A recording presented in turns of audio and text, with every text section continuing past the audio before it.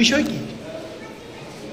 প্রদেশ কংগ্রেসের সাংগঠনিক সভা, বিভিন্ন শাখা সংগঠনের চিফ, আমাদের যারা চেয়ারম্যান বা সভাপতি বিভিন্ন বিভাগের সবাইকে সাথে নিয়ে আজকে আগামী লোকসভার প্রস্তুতি, ভোটার লিস্টের কাজে দলকে আরও বেশি করে সংগঠিত রূপে সক্রিয় ভূমিকা পালন, আগামী মাসে রাজ্যে প্রিয়াঙ্কা গান্ধীজির সফরসূচি এটা নির্ধারিত হচ্ছে।